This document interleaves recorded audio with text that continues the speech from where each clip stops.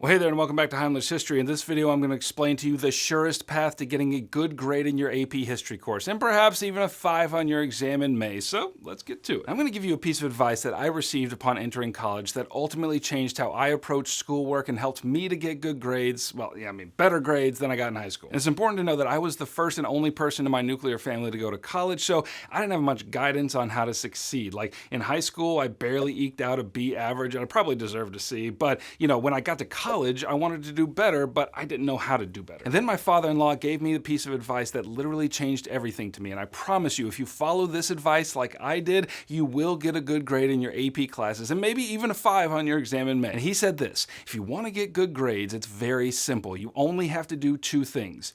Go to class and do what they tell you to do. Now, before you click away, I need to explain, because I know that can sound too simplistic. And stick around to the end, because I want to try to explain a new perspective on schooling that might help you feel better about not getting good grades. So go to class, do what they tell you to do. Let's take this one at a time. First, go to class. Now, in college, it's a little different because I don't recall any of my professors ever taking roll, and if I didn't go to class, I didn't have to answer to anyone. But in high school, you're a little more bound to go to class whether you want to or not. Like, we have compulsory education laws, but even so, the advice remains the same. Go to class. In high school, it probably has more to do with being mentally present than physically present. Like, you're probably all going to be physically present, but there are 100 distractions that can bring your attention away from what's going on there. Like, it's possible to be in a place without actually being in a place, you know what I mean? So that's the easiest thing. Go to class and be present mentally while you're there. Second, do what they tell you to do. When you show up on the first day of class, your teacher is going to give you a syllabus that outlines all the assignments you're going to be responsible for in the coming semester or year. And there will be reading, there will be writing, there will be group activities, there will be projects. And any teacher worth his or her salt will tell you exactly what you need to do in order to succeed on that assignment. And your job is just to do it. Now, I'm a procrastinator by nature. Like, there's a lazy monkey at the helm of my brain ship that only comes to life when the pressure of a deadline is on. And so it would have been very easy for me to see all the assignments given to me and wait to the last minute to do them. But for whatever reason, when I got to college, I disciplined myself to follow this advice. And so if the syllabus said read pages 150 to 200 on Wednesday,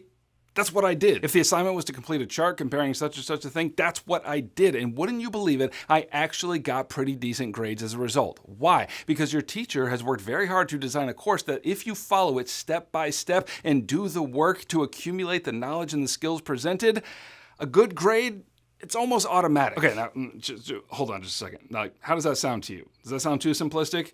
If that's the case, I would argue that it only sounds that way because we're on the constant search for ways to make hard work easier. Let me go ahead and tell you now, there is no hack to make hard work easier. If you want good grades in a hard course, you have to work for it. That is the only path, I promise you. Like, if you start trying to game the system, then you'll get 6 weeks into the curriculum and realize that your bad grades are irreparable. Now, I'm not saying anything you don't know. This advice is self-evident, so why don't people just do it? Well, it's because we're human beings and we're more than just students. There are some people for whom being a student is their primary interest. Like, they love the pursuit of knowledge and they would do it with or without school. But I'd wager that the majority of students in our high schools today are not that way. Like, you go to school because the law compels you to. And your main interests and passions lay outside of those walls. And so to go to class and do what they tell you to do would take up so many hours of your life so as to completely reduce your passion and pursuits outside of school to ruin. Yeah, if you did everything your teachers told you to do, you'd probably get good grades, but you would do nothing else. So here's where I try to give you a different perspective on that reality. Like, I said that I followed my father-in-law's advice, and I did all the way through college and graduate school. But I graduated college with a 3.3 GPA and a little higher in grad school. That's not great. Like, you might conclude that the advice didn't work or that I didn't follow it, but that's not the whole truth. The whole truth is that I came to recognize that there were some more important things to me than good grades in college. I specifically remember in grad school having a term paper due at the end of the semester, and I should have spent the week leading up to it working on the paper around the clock, but I had this unexpected opportunity to go on a little trip with my wife that week, and as I weighed the opposing opportunities in the balance,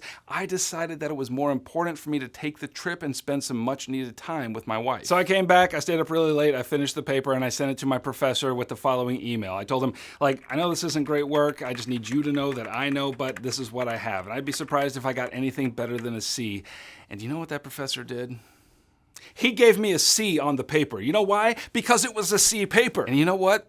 I was satisfied with that C because I chose it. Like, I went out of town, I didn't put in the hard work necessary to get an A. And that's why I didn't graduate magna cum laude or even with honors from either institution. Like, I made choices about what was important to me, And, this is very important, I embraced the consequences of those choices. And I came to realize that teachers don't give grades, students earn grades. No teacher owed me a good grade if I didn't put in the work. And certainly no teacher owed me a good grade if I cut corners and did less than what they asked of me. And that was a very liberating truth to me. So I hope that puts some agency in your hands. Like, you are responsible for your good grade, and what you have to do to get that good grade is all laid out for you. If you want to do well, then go to class and do what your teacher asks you to do. And if you find that there are things that are more important to you and you choose to not do portions of what your teachers ask of you, then enjoy whatever it is that you were doing and embrace the lower grades that come as a result. I've never regretted not graduating with a higher GPA. Like, the experiences I had were worth the cost. Of course, I was in college and grad school. I didn't have my parents to answer to like you do at your stage of life, but you know what?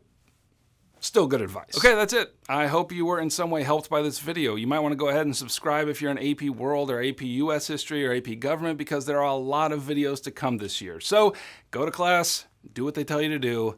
Heimler out.